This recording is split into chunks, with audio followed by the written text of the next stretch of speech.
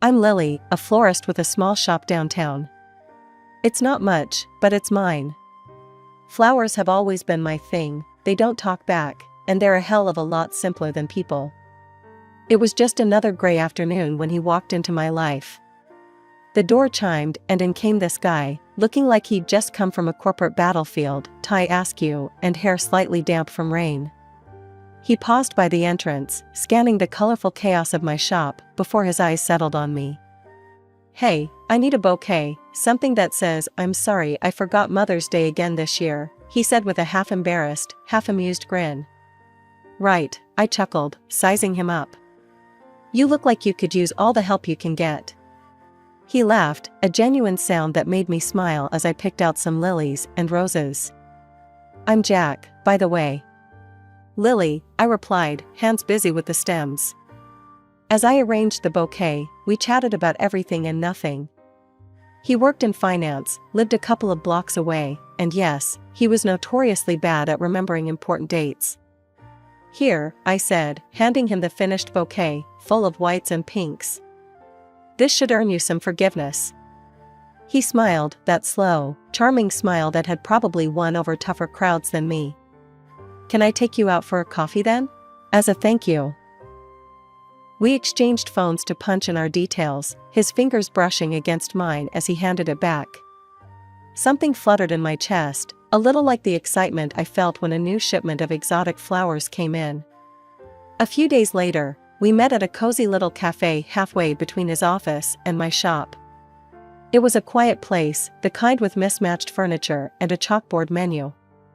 We found a spot by the window, rain streaking down the glass outside, a perfect backdrop to a slow, easy conversation. We talked about everything, movies we liked, books we'd read, places we wanted to travel.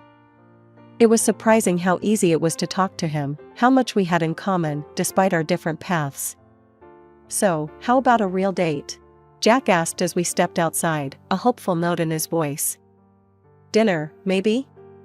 I smiled, feeling that flutter again, stronger this time. "I'd like that. Yes."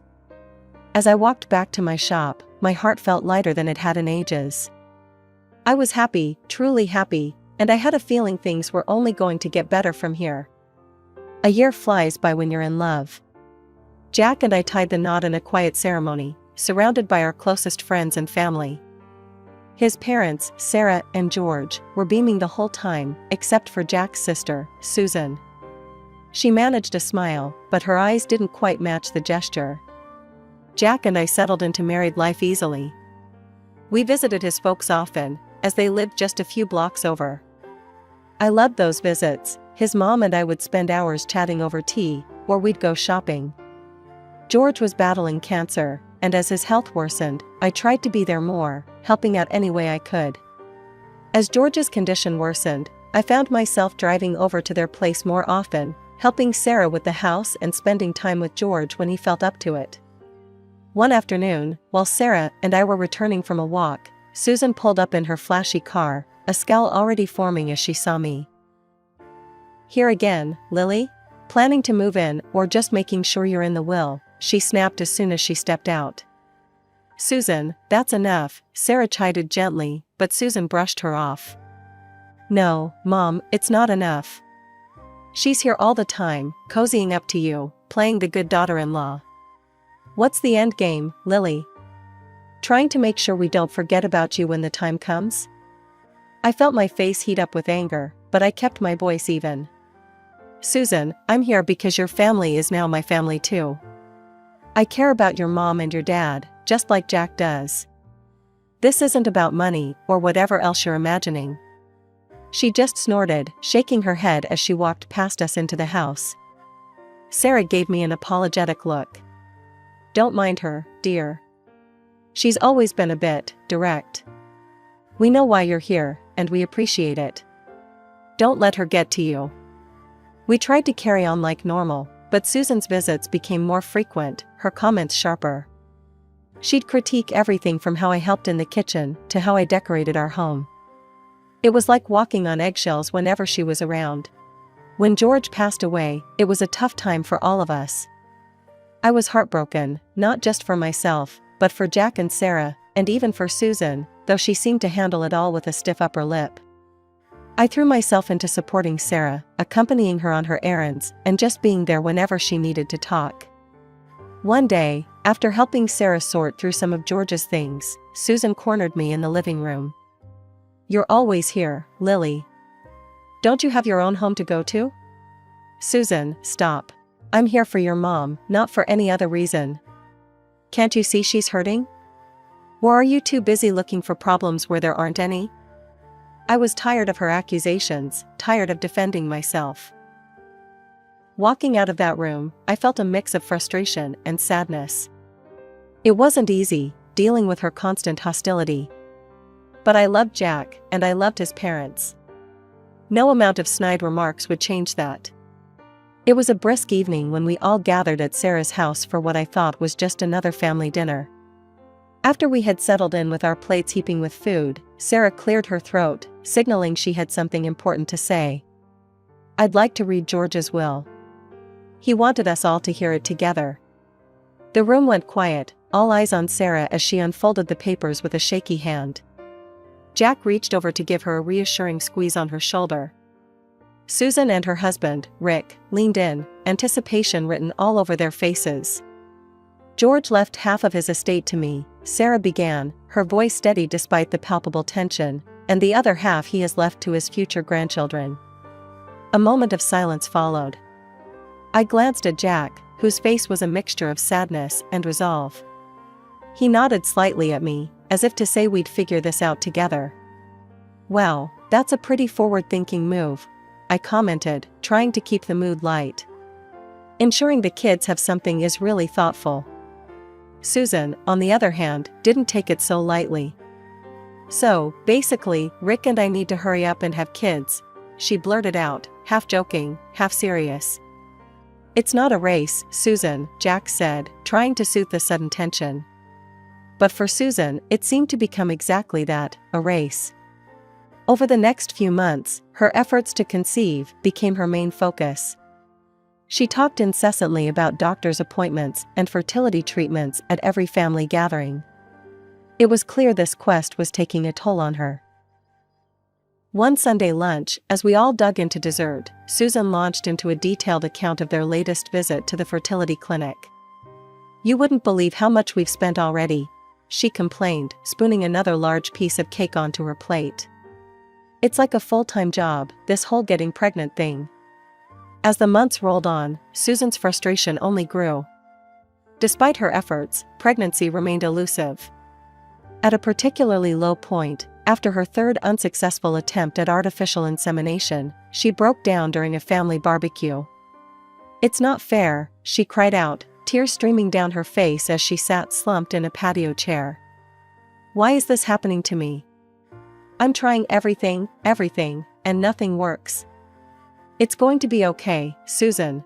Sarah tried to console her, rubbing her back. "These things take time. Maybe you're putting too much pressure on yourself." But Susan was beyond consolation. "You don't understand, Mom. It's not just about having a baby. It's about Dad's will, about securing our future. I need this." The desperation in her voice was heartbreaking. Jack and I exchanged looks, both of us feeling helpless. We knew how much she wanted this, how it had consumed her. It was another one of those communal dinners at Sarah's house.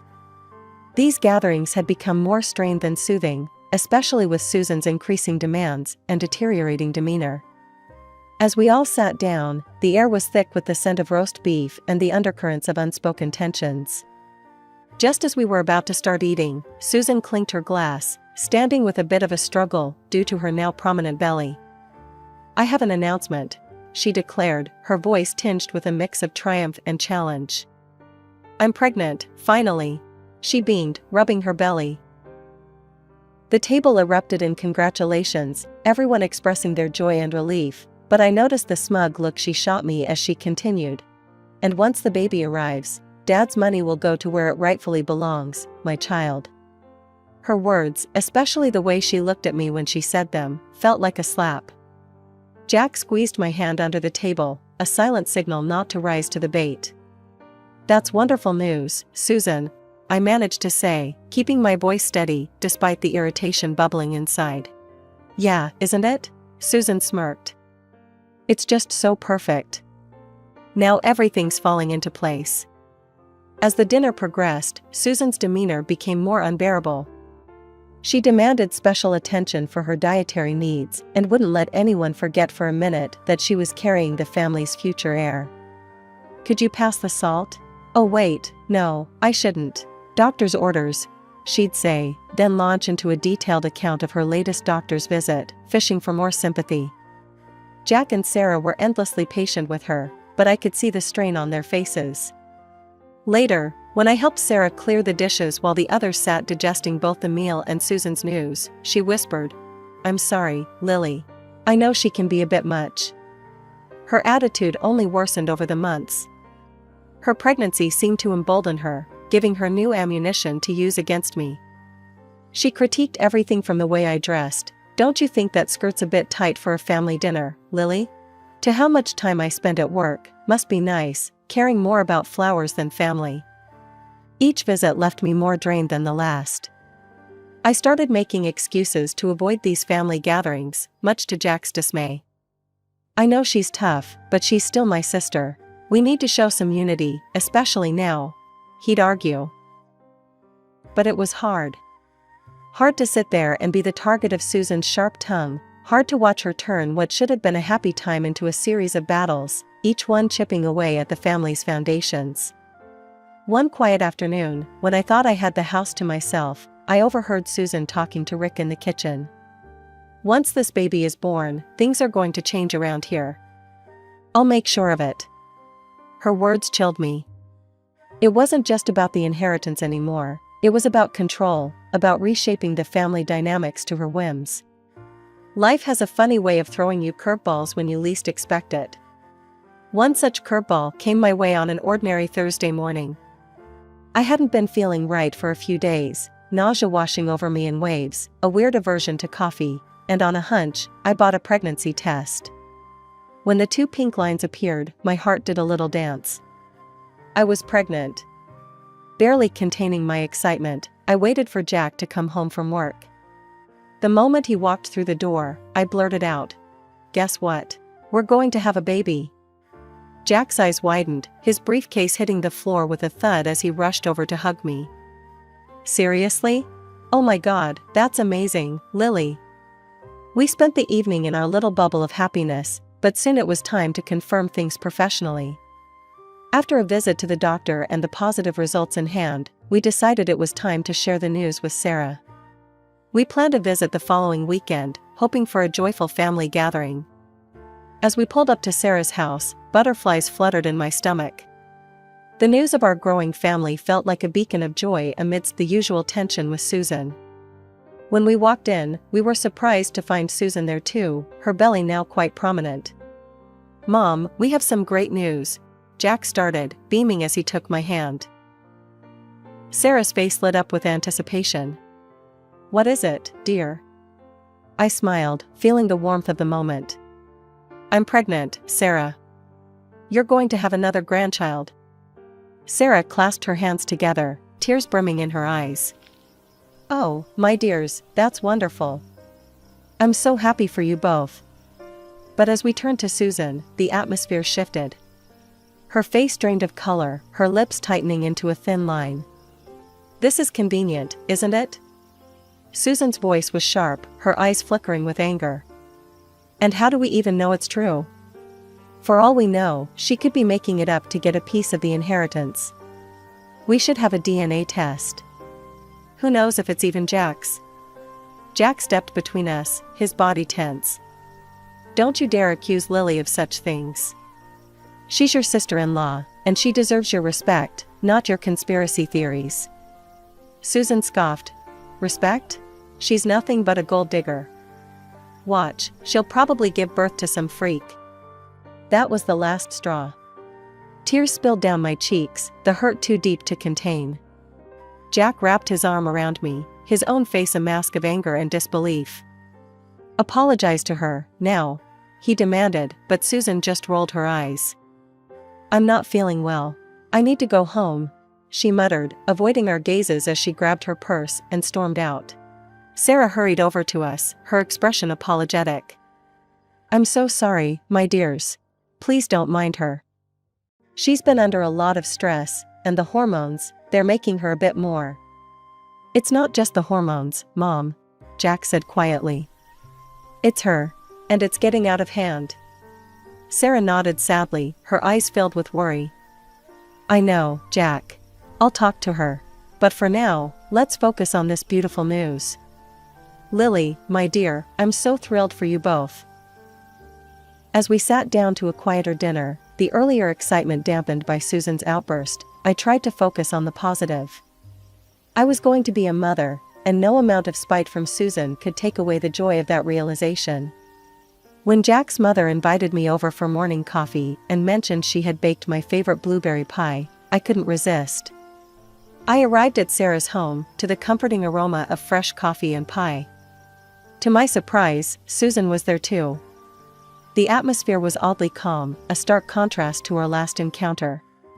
She even managed a small smile as I walked in. Lily, I want to apologize for last time, Susan said, her voice lower than usual. I was out of line. It shouldn't have happened. I was taken aback by her sudden change in demeanor, but decided to take the high road. Thank you, Susan. I appreciate that. Let's just put it behind us. We sat down at the kitchen table, and Sarah served the pie and poured the coffee.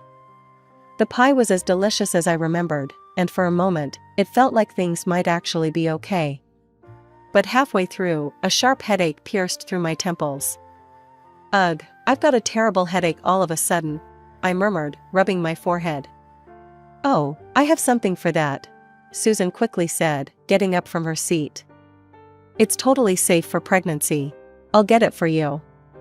She returned with a pill and a glass of water, her hand steady, her eyes watching me closely. Here, this will help. I hesitated for a moment, looking at the small white pill in her hand. Something felt off, but my throbbing head pushed those thoughts away. I thanked her and swallowed the pill, hoping for relief. After a few minutes, my headache didn't subside. Instead, a wave of nausea overcame me. I think I need to rinse my glass, I said, standing unsteadily. In the kitchen, as I washed the glass, my gaze caught on something in the trash bag. My heart stopped when I saw the packaging. It was unmistakably the type of medicine George used during his chemotherapy. Panic surged through me as I remembered the dire warnings about such drugs and their effects on pregnancy. My hands shaking, I pulled out my phone and dialed 911. I think I've taken something dangerous for my pregnancy, I said as soon as the operator picked up. Ma'am, you need to try to vomit immediately to prevent any more absorption into your system, the operator instructed urgently. I dropped the phone and turned to the sink, drinking cups of water rapidly before forcing myself to throw up. It was horrible, the feeling of panic mixed with the physical strain, but I kept going until I felt I couldn't anymore. From the other room, I could hear the muffled sounds of Sarah asking, Lily? Are you all right in there? I didn't answer, my focus solely on what the operator had told me. I kept drinking water, kept trying to clear whatever I had ingested from my system. Stumbling out of the bathroom, my hands still trembling and my heart pounding, I found Sarah and Susan waiting anxiously. Their faces were etched with concern, or in Susan's case, something that flickered suspiciously like fear. I need quiet right now, I managed to say, my voice hoarse from the ordeal. Please, just, no questions. Without waiting for their response, I pulled out my phone and dialed Jack. His voice was a lifeline as I recounted the terrifying discovery and my subsequent actions. I'm calling the police, Lily, he said firmly. Stay there. They'll be with you shortly. The moment Susan heard the word police, her face lost all color. You're making a scene over nothing, she snapped, her voice rising. You're just trying to get attention. Enough, Susan. Sarah's voice cracked like a whip. What did you give to Lily? Just paracetamol, Mom, Susan replied, her voice shaky, eyes darting around nervously. Nothing harmful. I cut in, my patience worn thin. then explained the chemotherapy drugs in the trash. That's not paracetamol. Susan's eyes widened, and she made a move toward the kitchen, perhaps to hide or dispose of the evidence, but it was too late. The sound of sirens filled the air, and within moments, police officers were at the door. I told them everything, from the suspicious pill to my alarming discovery. They listened intently, taking notes, their expressions grim. One officer held up the package of medication I had found. "We'll need to check this for fingerprints," he said, sealing it in an evidence bag. Susan stood by, pale and silent. When the ambulance arrived, I was whisked away to the hospital for a thorough medical examination, leaving the house under a cloud of unanswered questions and unspoken accusations. Over the next couple of days, the police worked swiftly. Susan was detained after her fingerprints were found all over the medication packaging. During the interrogation, she initially stuck to her story, claiming, "I just touched those meds when I was in Dad's room once." But Sarah dismantled her defense with a few cold facts. "Those drugs were always kept in a locked cabinet," she told the police, her voice steady despite the emotional weight of her words. Susan never went in there until that day. Faced with overwhelming evidence, Susan finally broke down and confessed. "I just wanted to make sure the inheritance was secure. I didn't think it would go this far," she sobbed, her facade crumbling. The confession was a small solace in the storm of emotions. Betrayal, fear, and relief mingled within me, leaving me exhausted but grateful that the truth had come to light. As the dust settled from the whirlwind of police investigations and hospital visits, more shocking revelations came to light, each one more unbelievable than the last. It turned out that Susan had never been pregnant at all. She had fooled everyone with a prosthetic belly, plotting to eventually adopt a child from another state to pass off as her own. Her plan was to secure her share of her father's inheritance under false pretenses. Her husband, Rick, was blindsided by the deception. "I don't understand how she could do this," he confessed to me one afternoon, his voice heavy with betrayal. "She kept saying intimacy could harm the baby, so I believed her. I listened, offering a sympathetic ear, though inside, my emotions were a tangled mess of relief and anger. Relief that my baby was safe and anger at the lengths Susan had gone to. Thankfully, the doctors confirmed that my quick actions had prevented any harm to my unborn child. The relief that flooded through me was indescribable. Jack and I held each other in the hospital, our bond deepening in the face of adversity, our future as a family looking bright again. However, Susan's fate took a darker turn. She was convicted of attempting to harm me and sentenced to 3 years in prison. At Sarah's insistence, the courts also adjusted George's will, effectively disinheriting Susan. This meant she could no longer claim any part of her father's estate, regardless of any future children she might have. The fallout was severe. Sarah, heartbroken but resolute, distanced herself from her daughter, focusing on healing the family that remained. Rick, feeling betrayed and disgusted, filed for divorce and cut all ties with Susan. A few months later, our little bundle of joy arrived, a beautiful, healthy daughter who was the spitting image of Jack. Holding her in my arms, every struggle seemed worth it to reach this moment of pure happiness. We decided to save the inheritance money for her education and any future siblings she might have. But peace was short-lived. Shortly after Susan's release, she reached out to me, her voice desperate over the phone. "Lily, I know I've made mistakes, but I need help. The inheritance, I don't have anything left." I held the phone tightly, my other hand instinctively cradling my daughter, who was nestled against my chest. "Susan, after everything that happened, I can't do this. I have to think about my family now." Without waiting for her response, I ended the call and blocked her number. Jack stood by the doorway, having overheard the conversation. He walked over and put his arm around us. "Are you okay?" he asked, his brow furrowed in concern. "Yeah, I am now," I replied, gazing down at our daughter who gurgled happily, oblivious to the complexities around her. "Good, because we're all that matters. You, me, her, and any future little ones." "We're a family, and nothing's going to change that," he said, kissing the top of our daughter's head gently. As we stood there, a family united, the weight of the past seemed to lift, leaving room only for the future we would build together, a future filled with love, security, and the promise of new beginnings.